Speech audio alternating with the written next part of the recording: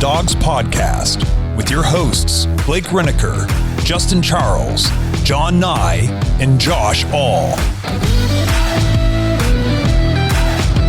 Hey, what's up, Browns fans? Welcome back to another episode of the Dawgs Podcast presented by DraftKings Sportsbook. Josh with you again here on a Monday, and just want to highlight the signing from, I guess it was, Friday or Saturday over the weekend here. The Browns signed tight end Jordan Akins, formerly of the Houston Texans. They signed him to a 3-year, $3.9 million deal worth about $1.95 million a year. So want to dive into Jordan Akins, see what the Browns got in their newest signing, their newest offensive weapon, and address one question that we got on social media over the weekend that I thought was a pretty interesting question, and I wanted to dive a little deeper into that. Before we get into everything today, I want to remind everybody, check us out. Follow us on all our socials, Twitter, Instagram, Facebook, TikTok. If you're watching on YouTube, please like this video, leave a comment, and drop your thoughts about Jordan Akins in the comments below. Make sure you subscribe to the channel. Tap the notification bell. You don't want to miss any of these new updates that we're putting out. There's a lot of stuff happening in the offseason. Free agency is going strong right now. We're entering week 2. NFL draft is right around the corner. We're going to be diving into prospects. We've got some cool stuff coming up. Next week, we're going to have just a little preview here. We're going to have Brian Bosarge, NFL draft expert from draftcountdown.com. He's going to be coming on the show again like he has every year and just talking about draft prospects for the Browns, guys that we should know, names we should know for the Browns as potential targets in each round. And then we're going to do our mock draft 2.0 for March, wrapping up the month. So that's going to be a lot of fun. So stay tuned, hit the notification bell. You don't want to miss any of this new stuff.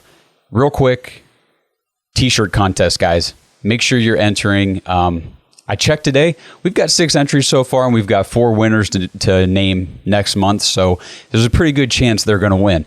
So if you want to get in, now's the time. The sooner the better.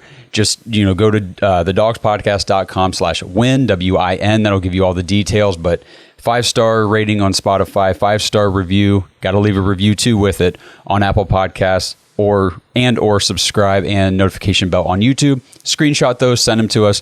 You get entered into the contest. Right now, your chances of winning are really high, like I said. So make sure you get in. Last but not least, more Browns content. You want a Browns community to be a part of. You want extra episode from us every week. More interaction with us. Join thedawgs.com. Become an official Dog Pack member. Okay, Jordan Akins. Like I said, 3-year, $3.9 million deal. He has played all 5 of his seasons so far in his career with the Houston Texans. He is 30 years old. He was a 3rd-round pick in 2018 by the Texans. He was actually 26 years old when he came into the league as a rookie because, fun fact, he was also a 3rd-round pick by the Texas Rangers. Akins played minor league baseball for like 3 years. He was an outfielder before he came back to college at UCF. So, being an outfielder in minor league baseball, you know that Akins has pretty good ball tracking skills. One skill that he is knocked for, and he was coming into the league out of college, was his blocking. And we're going to see that as kind of a theme going through this. In 2022, last season, Jordan Akins caught 37 passes on 54 targets for 495 yards, 5 touchdowns, only 3 drops. Remember, he did have Davis Mills and Kyle Allen throwing him the ball, so it's going to be a little bit different with Deshaun Watson, who, of course, as many of you realize, he played with Deshaun Watson for a few years already in Houston. So Akins last year, 13.4 yards per reception, 7.3 yards after catch. His passer rating when targeted was 124.1. These numbers are actually really good. They're sneaky good. Just to put some of these numbers into perspective, 13.4 yards per reception. That was higher than his new teammate, David Njoku, was at 10.8. 13.4 was also higher than league leader at the tight end position, Travis Kelce, who was at 12.2. Okay, Akins, like I said, had a 7.3 yards after catch. That was also higher than David Njoku at 5.9, and it was higher than Travis Kelce at 6. So Njoku and Kelce were pretty much the same at their yak ability. It was around 6. Akins was at, 7.3. And this is a cool one. His 124.1 target when passer rating when he was targeted, again, higher than both these other guys that we're comparing to. David Njoku was at a 102.7. Kelsey was at 118.7. Again, Akins was at 124. So when he is targeted, he's coming down with the ball. That's what these numbers are telling us. When a quarterback throws in the ball, the quarterback's pass rating is higher. Like, Akins is a good receiving tight end, which is exactly what he was brought in to be. If we now turn over, kind of look at PFF and the grades, Akins was the 12th overall tight end in 2022 with a 72.4 grade. He was tied with Darren Waller, and everybody loves Darren Waller. I love Darren Waller. He's a hell of a tight end, great receiving threat. So is Akins. Honestly, he really is. Akins was just over 1 point lower grade-wise than David Njoku last year, 73.7. Now, let's dive into his blocking numbers, which those are pretty bad. I'll just be straight with it. His pass block was 61.3, run block was a 51.6. Njoku was a 76.3 pass block. Njoku was actually a 52.4 run block, which, as a side note, 2022 was David Njoku's worst run blocking season of his career. He's actually only graded below a 61 time in his career before now. And I think a lot of that in 2022 is attributed to the offensive line issues after Ethan Posick went out at the center position. So I don't read too much into that. We know David Njoku is a good blocking tight end. And as we go through the rest of my notes on Jordan Akins, I think that makes a lot of impact on why Akins was signed. Akins' run blocking, on the other hand, he's been graded poorly his entire career. He was knocked for his blocking coming out of college into the NFL, so blocking is not his thing. But as I've said repeatedly here, he is a good receiving tight end. This episode is brought to you by Omaha Steaks. Spring is in the air, and that can only mean one thing: spring grilling. The steak experts at Omaha Steaks have made it easy to spring into something delicious with their semi-annual sale. With 50% off site-wide, grab all your favorites like perfectly aged, tender steaks, ocean fresh seafood, juicy burgers, incredible air-chilled chicken, and decadent desserts.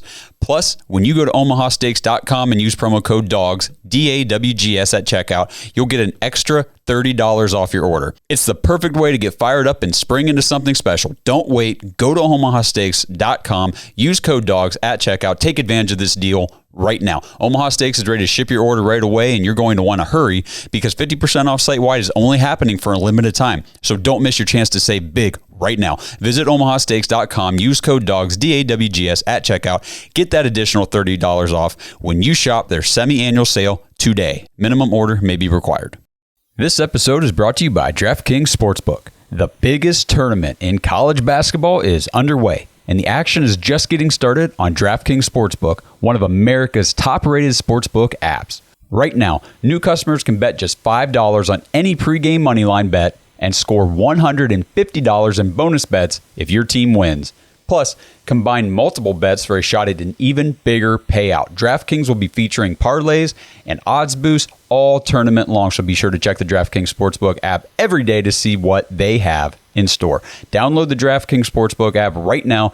Sign up with code TPPN. Right now, new customers can bet $5 on any pregame moneyline bet and get $150 in bonus bets if your team wins. Only at DraftKings Sportsbook with code TPPN. Minimum age and eligibility restrictions apply. See show notes for details. So let's dive into the question that we got over the weekend on social media. Why would the Browns sign a tight end before a wide receiver in free agency? The question said, the Browns are reportedly moving to a more pass-heavy, 5-wide offense, air raid, whatever you want to call it. Do we really need another receiving tight end when we already have David Njoku? Shouldn't we be prioritizing that wide receiver position? So let's dive into the answer to this question. I think we can all agree that Jordan Akins, like I said, has not been signed for his blocking abilities. We're not going to see him playing on many rundowns. He's not going to be asked to block on pass plays. However, David Njoku will be in on run plays. He'll be run blocking. And he is a great pass blocker as well. So whenever he's in the game, he is going to be asked to block on passing downs, which that just means he's not available to run routes on those plays. And then let's just kind of look at the wide receiver free agent market this year is pretty scarce. There's not a lot of high-end talent, and that's why the Browns honestly haven't signed anybody yet. The high end of this wide receiver market in free agency, it's not very good. It just isn't, which means that lesser talented players are going to end up getting more money than they're actually worth because there's a lot lower supply than the demand for them.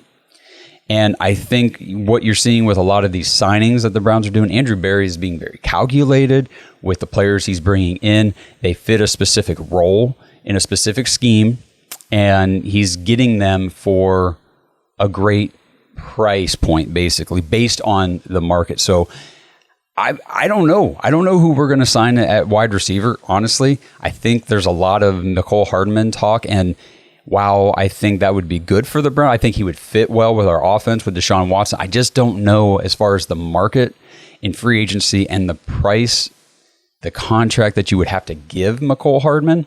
I don't know if he's going to be the guy they bring in, but the same sort of situation applies to the NFL draft this year. Now, there are a couple names at the top of the wide receiver prospect list that, they're going to be first-round picks. They're great talents. But the drop-off in high-end wide receiver talent in this year's draft, it means that there's going to be a lot of mid to late second-round talent that are going to end up getting drafted in the second half of the first round, early second round.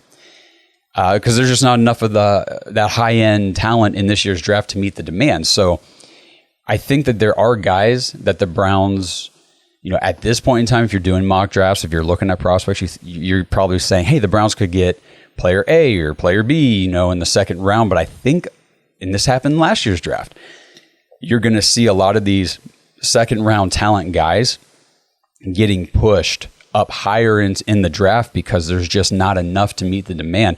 There might be another run on wide receivers where you're seeing names that, experts even had pegged for the Browns as potential targets in the second round, and they might pop off, in the 20s.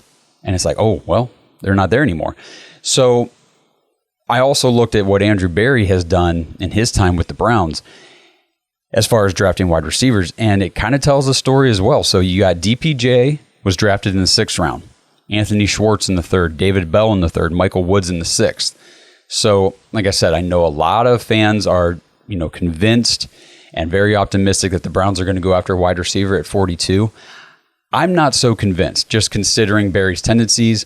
And like I said, the drop-off in wide receiver talent in the draft, I don't see Berry seeing the value at 42 to take a wide receiver, especially when he's never taken a wide receiver ahead of round 3 before. So I guess just going based on history, based on the talent pool that's going to be available at pick 42, I'm much more expecting the Browns to take a wide receiver in the 3rd round or later yet again.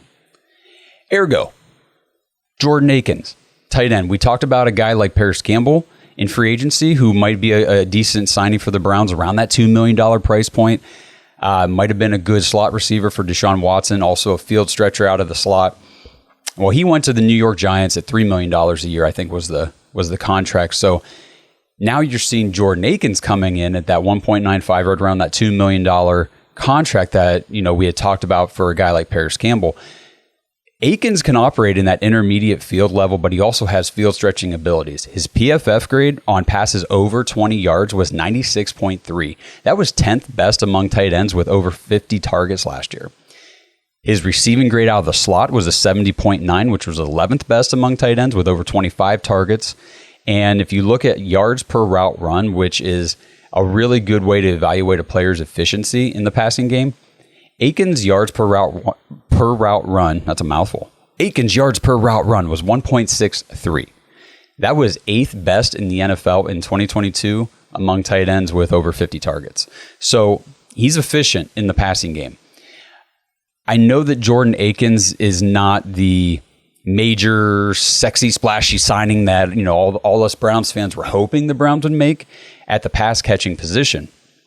But again, this is another calculated move by Andrew Berry, and it's one that honestly I think is underrated. I think that Jordan Akins can be, I hate to use the word too loosely, but I think he can be a stud in this offense with Deshaun Watson, especially if you pair him with David Njoku, because David Njoku is, as we've seen, he's a great tight end to have at our disposal, but his blocking ability, it's a double-edged sword that he gets asked to block more than fans probably want, and more than, the team probably wants to have to ask him to block. But he's just so damn good at it that we need him. We need him in that role.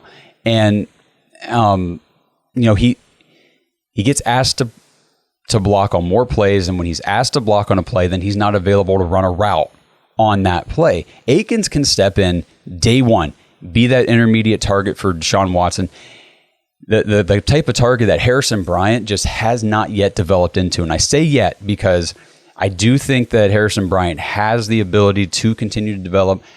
We know that tight ends take a few years, more than a few years, honestly. A lot of times 4 or 5. You saw it with Njoku. They just don't come out of the gate, at a high level in the NFL typically, because they're just asked to do so much more than a wide receiver. It takes them longer to develop. There's pass blocking, run blocking. You got to run your routes. You got to learn the speed of the game. The linebackers you're going up against, the safeties, they're just so much better, obviously, in the NFL than in college. It just takes these guys a longer time to develop.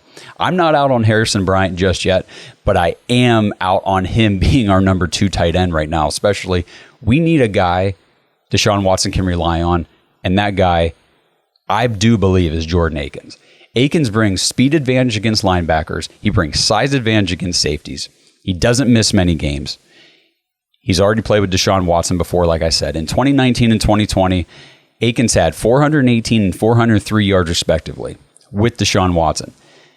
Those might not sound like enormous numbers, but you got to remember, like I said, these tight ends take several years to really acclimate to the NFL game, and he put up those numbers in just his second and third seasons. So to me, that's pretty impressive. And I know this video might sound like I'm trying to, hype up a ho-hum tight end signing like Jordan Akins, but I honestly don't think that's what it is. I think that Jordan Akins can be a difference maker in this Kevin Stefanski Browns offense with Deshaun Watson. I think, like I said, it's an underrated signing. I don't think it's being given enough credit. I really do think he's going to help a lot on this offense. The tight end room was super weak in 2022, and Njoku was really the only guy we had.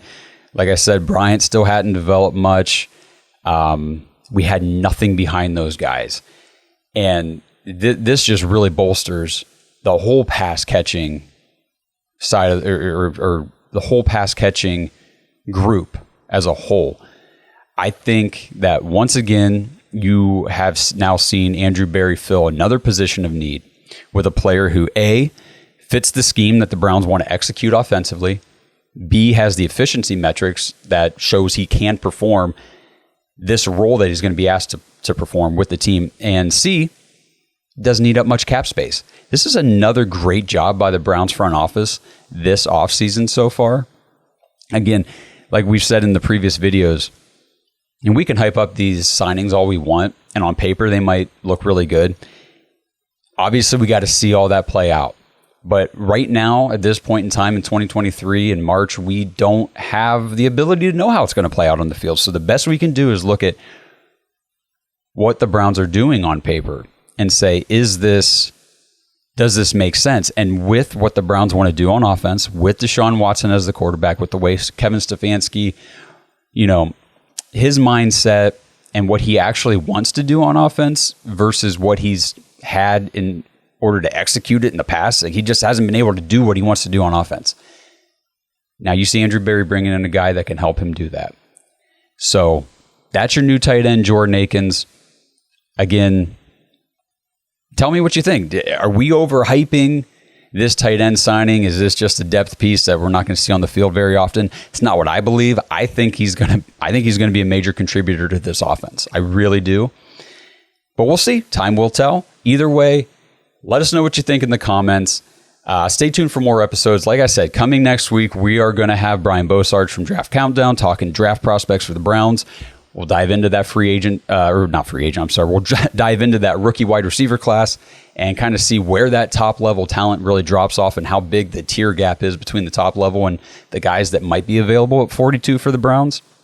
Tomorrow, we are going to have, it's either going to be tomorrow or the next day. I'm not for sure, but this week we are going to have Derek Frisbee from DF Sports on YouTube on the show. He's going to, give us his reactions to the Browns free agency so far, what free agents that he still wants the Browns to target.